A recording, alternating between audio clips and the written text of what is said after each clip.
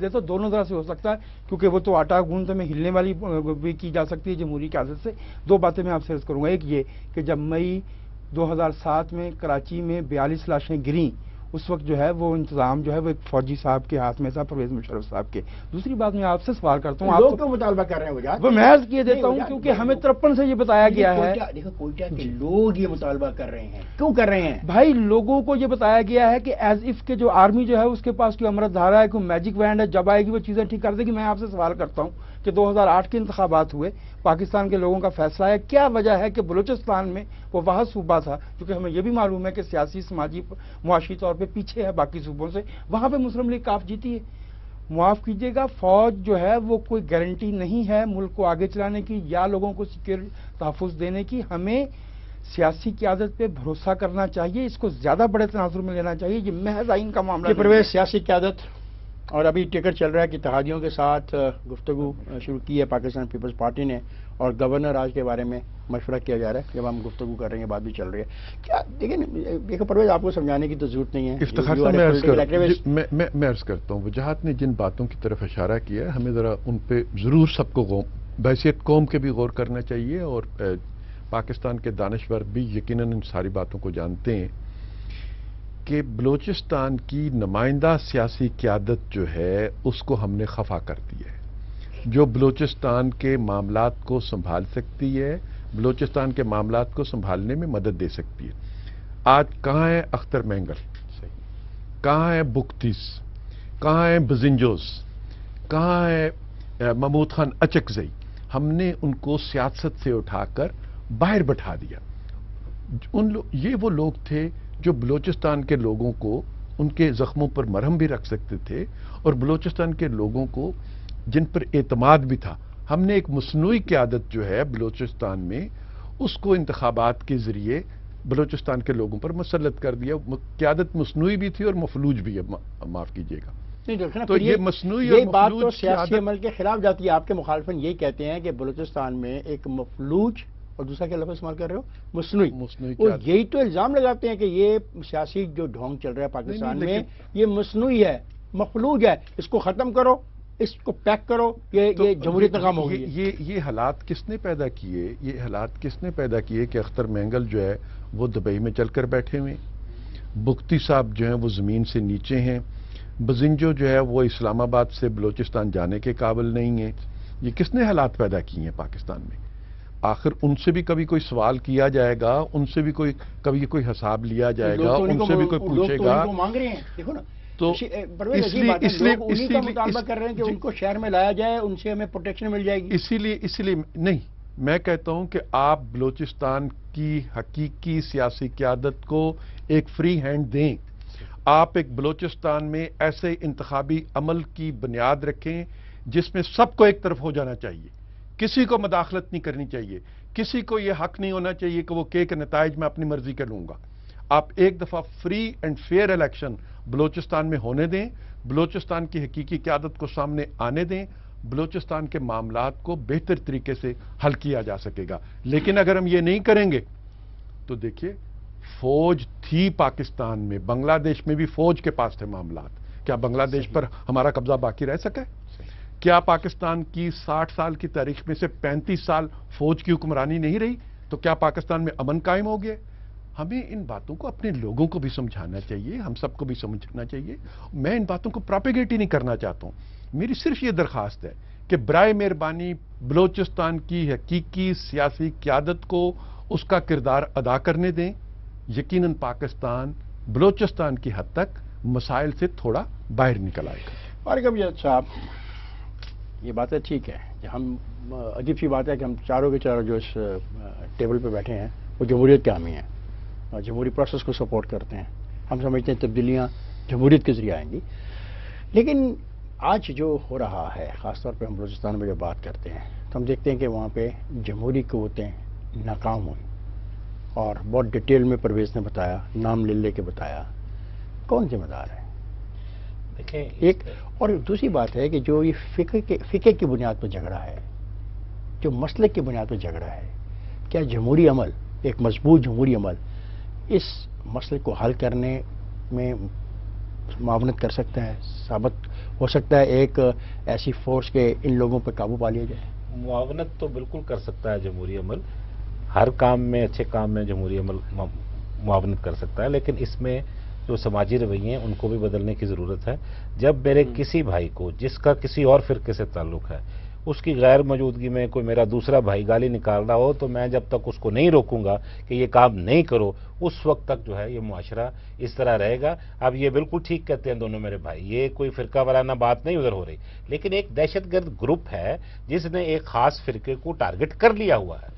کیا بات ہے کہ ہزارہ ہی جو ہے وہ مارے جاتے ہیں، اور کیا بات ہے کہ بسوں سے ان کو اتار کے مار دیا جاتا ہے، اور اس لیے یہ سوچا جائے کہ بسوں سے اتار کے تو آپ کے یہاں بھی مارے جاتے ہیں، آپ کے پارا چنار میں بھی مارے جاتے ہیں، آپ کے ناردرن ایریا میں بھی مارے جاتے ہیں۔ کون مارے جاتے ہیں؟ شیعہ، وہی تو کہہ رہا ہوں میں، تو بلوچستان کی جب بات ہو رہی تو ادھر ہزارہ کی بات کی ہے، ایک اسی طبقے اسی فرقے کے لوگ مارے جا رہے ہیں۔ اس لیے ہمیں اس پہ اپنے بطور پاکستانی اور بطور ایک انسان کے اپنے رویوں پہ بھی غور کرنا چاہیے کہ ہم جب ایک آدمی کو یہ اجازت دے دیتے ہیں کہ وہ کسی دوسرے کے عقائد کے بارے میں کوئی غلط بات کر کے تو بالکل اٹھ کے جیسے مرضی چلا جائے یا وہ بولتا رہے 1 گھنٹہ، اس کا مطلب ہے کہ ہم لائسنس دے رہے ہیں اس کو۔ اور یہ جو بعض آپ نے بھی سنا ہے کہ اسی پنجاب میں تقریریں لوگوں نے کی ہیں کھلی اور کہا ہے کہ فلاں واجب القتل اور فلاں واجب القتل، کسی حکومتی عہدیدار نے کوئی نہ اس پہ کوئی ایکشن لیا نہ کچھ ہوا ہے۔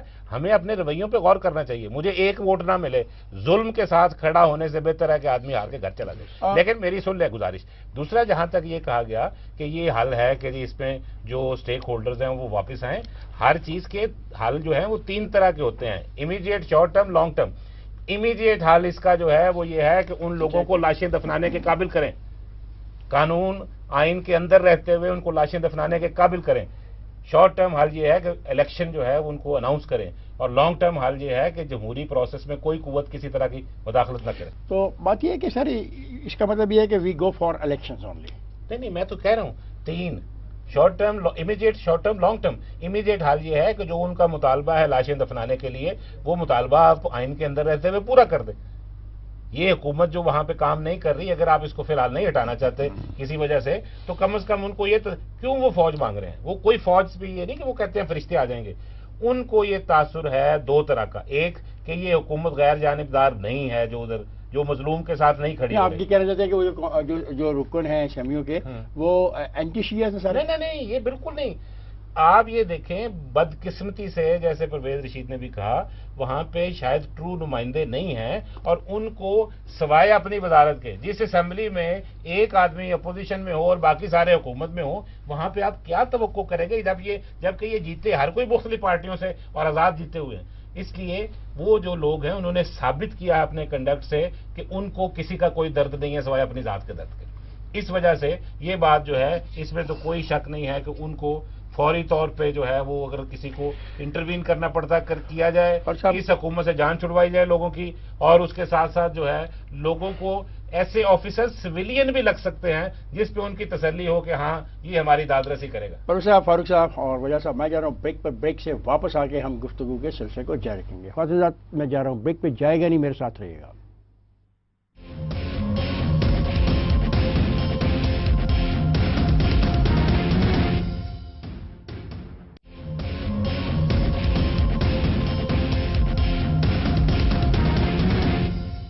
ویلکم بیک خواتین حضرات، گفتگو ہو رہی ہے لانگ مارچ کے حوالے سے اب، اور پرویز صاحب آپ پہ تو سب سے زیادہ الزام لگایا انہوں نے، آپ نے بسیں روک لیں، بسوں سے آدمیوں کو اتار لیا، روٹ پرمٹ چھین لیے، بسوں والوں کو دھمکی دے دی، آپ چل نہیں سکتے۔ کیا کر رہے ہیں آپ؟ جمہوریت میں یقین کرتے ہیں؟ میر صاحب یہ کیسا انقلاب ہے جو بسوں کا مرہون منت ہو گیا ہے؟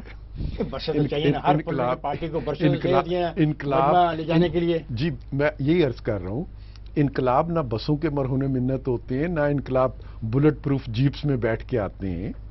انقلاب کے لیے انقلابی بننا پڑتا ہے، تو وہ تو انقلاب لانے چلے ہیں، انہیں یہ گلے شکوے اچھے نہیں لگتے انہیں کرتے ہوئے۔ لیکن آپ ان کے راستے میں رکاوٹ ڈالتے ہیں۔ میں عرض کرتا ہوں، ہم نے ان کے راستے میں کوئی رکاوٹ نہیں ڈالی، اس لیے کہ ہم تو اتنے خوف زدہ ہیں آپ سے بھی اور آپ کے کیمرے سے بھی، کہ اگر اس طرح کی کوئی حرکت ہم میں سے کسی سے سرزد ہو جاتی تو ٹیلی ویژن سکرین پہ نظر آ رہا ہوتا کہ ہم نے اس بس کا روٹ پرمٹ کینسل کیا ہے۔ کوئی روٹ پرمٹ کینسل نہیں کیا گیا، کسی ڈرائیور کو گرفتار نہیں کیا گیا۔ یہ جھوٹ ہے، بہتان ہے۔ اگر کوئی ایسا واقعہ ہوا ہو تو انہیں چاہیے کہ وہ عدالت میں لے جائیں اس شخص کو. عدالت میں نہیں جا سکتے آپ کے پاس لے آئیں میڈیا میں, آپ اسے بتائیے گا کہ وہ شخص کے لیکن ہمیں کیا ضرورت تھی ان کی بسوں کو روکنے کی. آپ کہتے ہیں ان کو جان کی دھمکی ہے. پھر تین اچھا میری عرض کریں جی, وہ خود کہتے ہیں کہ ان کی جان کو خطرہ ہے. یہ خط ہے جو انہوں نے حکومت پنجاب کو لکھا ہے جس میں انہوں نے لکھا ہے کہ دہشت گردوں سے میری جان کو خطرہ ہے, اور اس کے ساتھ انہوں نے وفاقی حکومت کی رپورٹس بھی درج کی ہیں. یہ سارے کاغذات وہ ہیں جو وہ کہتے ہیں کہ میری جان کو, اور جھوٹ دیکھیں اس خط میں وہ لکھتے ہیں کہ ان کو دہشت گردوں سے خطرہ ہے. پریس کانفرنس میں وہ کہتے ہیں کہ مجھے نواز شریف سے اور شہباز شریف سے میری جان کو خطرہ ہے اور میں رپورٹ ان کے خلاف درج کراؤں. یہ ان کا ڈبل سٹینڈرڈز ہیں, دو منہ ہیں ان کی, دوگلی بات ہے جو وہ ہر وقت کرتے ہیں. ایک طرف وہ کہتے ہیں کہ میرے ساتھ 3 لاکھ لوگ لاہور سے روانہ ہوں گے. چلیے بسیں تو ہم نے رکھ لیں, وہ 3 لاکھ لوگوں کو گھر سے نکلنے سے کس نے روکا؟ آپ نے آنے نہیں دیا نا ان کو, کس نے آنا تھا؟ آپ کو کیسے کوئی روک؟ آپ کو آج سارا دن کسی نے روکا ہے؟ وجاہت کو کسی نے سارا دن روکا ہے؟ یہ فاروق امجد میر صاحب ہماری مخالف سیاسی جماعت سے تعلق رکھتے ہیں. بانجی جنگ سے آ رہے تھے, ان کو روک دیا گیا. میں یہ کہتا ہوں یہ فاروق امجد میر صاحب ہماری مخالف سیاسی جماعت سے تعلق رکھتے ہیں. ان سے پوچھئے ان کی گلی میں سے کتنے لوگ نکل کے اس انقلاب میں شامل ہونا چاہتے تھے اور ان کو ہم نے روکا. میں کہہ رہا ہوں وہ ابھی انہوں نے کہا کہ بھانجا اور بھانجی کو روکا گیا جنگ میں. وہ دیکھیں نا, ان کی تو کسی بات پر میں یقین نہیں کر سکتا. مجھے تو وہ صرف یہ اچھا, یہ ایک میرے پاس آرٹیکل ہے جو ایک اخبار میں چھپا ہے. یہ صاحب ایک معتبر آدمی ہیں جو آرٹیکل لکھتے ہیں, یہ تعلیم کے میدان میں بھی کام کرتے ہیں. وہ یہ کہتے ہیں کہ جناب میں یہاں سے گجرات تک کا میں نے سفر کیا ہے, یہاں سے گجرات تک مجھے ان کی ہولڈنگز نظر آئی ہیں, مجھے ان کی تصاویر نظر آئی ہیں, مجھے ان کے بینرز نظر آئے ہیں. تو ہم نے تو ان کا بینر تک نہیں اتارا, ہم نے ہولڈنگز نہیں اتاری, ہم نے ان کی ہر رکشے کے پیچھے ان کی تصویر لگی ہے, ہم نے اس کو بھی نہیں چھیڑا. دوسری بات یہ مجھے بتائیے کہ سڑک پر اگر ایک بھی شخص ایسا کھڑا ہو جو یہ کہے کہ جی میرے پاس بس نہیں تھی اس لیے میں انقلاب کے لیے روانہ نہیں ہو سکا, میں اپنی گاڑی میں بٹھا کے اس کو اسلام آباد لے جاتا ہوں. اور بتائیے مجھے فاروق امجد میر, آپ اتفاق کرتے ہیں حکمرانوں کے اس رویے سے؟ ان کے مخالفین کا تو کہنا ہے, اور صبح سے وہ کہہ رہے ہیں جب بھی وہ مائک کے آگے آتے ہیں وہ 5-10 باتیں کہتے ہیں اور انہوں نے تو اس حد تک آج کہہ دیا خندقیں کھود لی گئی ہیں, بارود ڈال دیا گیا ہے, بم ڈال دیے گئے ہیں, وہ کھڑی کر دیے گئے, کنٹینر کھڑے کر دیے گئے پیٹرول والے. تو وہ تو خیر رحمان ملک صاحب نے اس کا جواب دیا. تو پنجاب گورنمنٹ کے اس جواب سے آپ مطمئن ہیں؟ دیکھیں یہ پرویز رشید ایک پولیٹیکل ایکٹیوسٹ بھی ہے, اس کے لیے جلوس بھی کرتا رہا, جلسے بھی کرتا رہا اور مظاہرے بھی کرتا رہا. کون نہیں جانتا, اس پہ وہ ایک اخبار میں اشتہار آیا کرتا تھا پہلے, کون نہیں جانتا, وہ آپ نے پڑھا ہوگا. میں وہ اس کی طرف اشارہ نہیں کر رہا. میری گزارش آپ سے یہ ہے کہ اس بات کی تردید یا تائید کے لیے تو چاہیے تھا کہ منہاج القرآن کی طرف سے کوئی ہوتا. یہ حقائق کے پر مبنی باتیں ہیں, مجھے ان میں سے کسی کا نہیں پتا کہ کیا ہے, لیکن میں ایک بات آپ کے اور سارے ناظرین سے میں ایک گزارش کرنا چاہتا ہوں. دیکھیں یہ لانگ مارچ انشاءاللہ کل ختم ہو جائے گا, کل نہیں ہوگا تو پرسوں ختم ہو جائے گا, اس نے اب ختم ہونا. لیکن ایک چیز جس کی طرف کوئی توجہ نہیں دے رہا, اور وہ یہ ہے کہ ایک بحث تو اب چھڑ چکی ہے کہ یہ آپ کے آئین میں جو پروویژنز ہیں اگر ان پہ عمل درآمد نہیں ہونا. دیکھیں میں اس منافقانہ آئین کے خلاف ہوں, اس میں سے اگر آپ نے آرٹیکل 62-63 پہ عمل درآمد نہیں کروانا, اور پاکستان کے 95% جو ہے سیاستدان اور اوپینین میکرز اس بات پہ متفق ہیں کہ آپ جو ہے اس معیار کا آدمی شاید بڑی مشکل سے ڈھونڈ سکیں, تو پھر میری صرف ایک گزارش ہے اس پروویژن کو جو آرٹیکل 62 میں ہے اس کو پھر آئین میں نہیں ہونا چاہیے اگر اس پہ عمل درآمد نہیں کرانا. یہ کوئی طریقہ نہیں ہے کہ آپ لکھیں کہ وہ جناب نمازیں پڑھتا ہوگا اور وہ صادق ہوگا اور امین ہوگا, اور جب اس پہ عمل درآمد کا وقت آئے آپ کہیں ہمارے پاس میکینزم ہی نہیں ہے. دوسری بات, کیا اس ملک کے الیکشن کہہ رہے ہیں کہ عمل کرواؤ, اور فاروق امجد بھی کہہ رہے ہیں کہ اس آرٹیکل کو ختم نہیں عمل کرانا تو ختم کرا دیں. دیکھیں آرٹیکل آئین میں وہ ہونا چاہیے جس پہ عمل درآمد ہو, جو اگر آپ قابل عمل اس کو نہیں سمجھتے اس کو ختم کریں, اگر موجود ہے تو اس پہ عمل کرائیں. ایک آخری مجھے بات کر لینے دیں, ایک اور بات, کیا اس ملک میں کوئی طریقہ ایسا کبھی ایجاد ہوگا کہ مڈل کلاس جو ہے وہ الیکشن میں حصہ لے سکے؟ تو آپ کو تعلیم صاحب کے ساتھ جانا چاہیے. میری نہیں سن لیں, ہم اس طریقے کے حامی نہیں ہے نا, اتنی جلدی یہ بات نہیں ہوتی.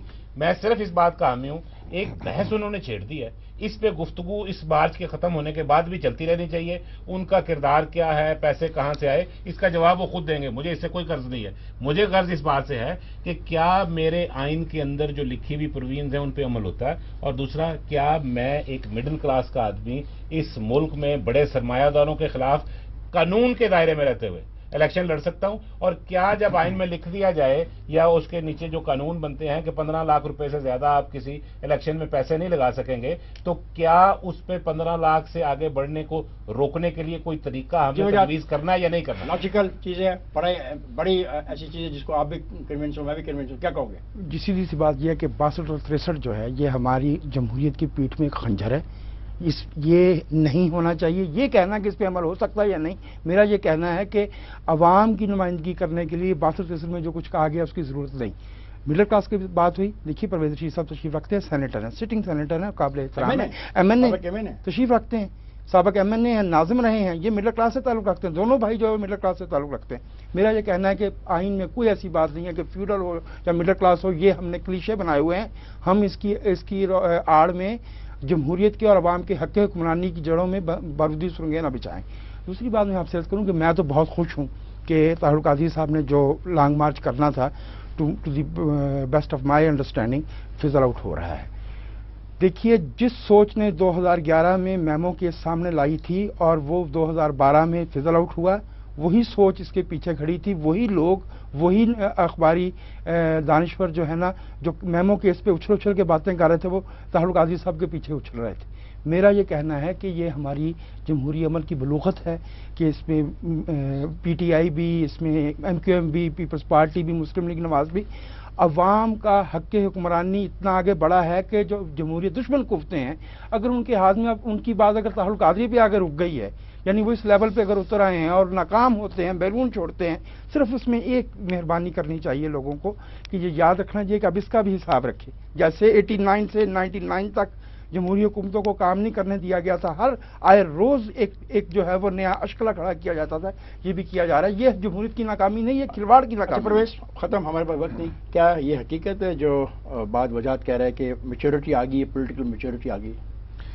سسٹم میں میچورٹی ضرور ہے, لوگوں میں بھی میچورٹی ضرور ہے, لیکن کچھ نہ کچھ مزید کرنے کی بھی ضرورت ہے. میں آپ کی توجہ دلانا چاہتا ہوں, یہ قادری صاحب کا اشتہار ہے, اس میں کسی جماعت کا نام نہیں ہے, کسی تنظیم کا نام نہیں ہے, کوئی ایڈریس نہیں ہے. یہ اشتہار ایک ویب سائٹ کی طرف سے دیا جا رہا ہے, www.nizambadlo.com. اب یہ nizambadlo.com ایک ویب ایڈریس ہے. اس ویب ایڈریس کے ذریعے پاکستان میں انقلاب لانے کی کوشش کی جا رہی ہے. کسی کو نہیں پتا کہ ان صاحب کے پاس پیسے کہاں سے آ رہے ہیں, ان کا تعلق کس تنظیم سے ہے, اور جہاں سے جلوس انہوں نے نکالا وہ ہے منہاج القرآن. منہاج القرآن کا یہ پروگرام میرے پاس ہے. حکومت نے کروڑوں روپے کی زمین دی کہ یہاں پہ ایک دینی مدرسہ قائم کیا جائے گا بچوں کی دینی تعلیم کے لیے. اس دینی مدرسے کو استعمال کیا جا رہا ہے آج پاکستان میں سیاست کرنے کے لیے, اپنے چارٹر کی مخالفت کی جا رہی ہے. تو جو شخص خود کسی تنظیم کا پابند نہیں ہے, جس کی کوئی تنظیم نہیں ہے, جس کا کوئی حساب کتاب نہیں ہے, جس کے بارے میں پاکستان کے لوگوں کو پتہ نہیں کہ کہاں سے آ گیا اور کیا کر گیا, جو ادارہ استعمال کر رہا ہے وہ ایک دینی ادارہ ہے. یہ تمام کام جو شخص کر رہا ہے وہ انقلاب لانے اور دوسروں کو درست کرنے کے دعوے. پرویز رشید صاحب شکریہ, فاروق امجد میر صاحب شکریہ, وجاہت بسو صاحب تشریف لائے, اور آپ نے تو بہت اہم معاملات پہ, خاص طور پہ سانحہ کوئٹہ کو پر اپنے خیالات کا اظہار کیا, اور طاہر القادری صاحب کے لانگ مارچ پہ جو بھی چل رہا ہے, اور کل صبح تک دیکھیں کیا نتائج لے کے آتا ہے.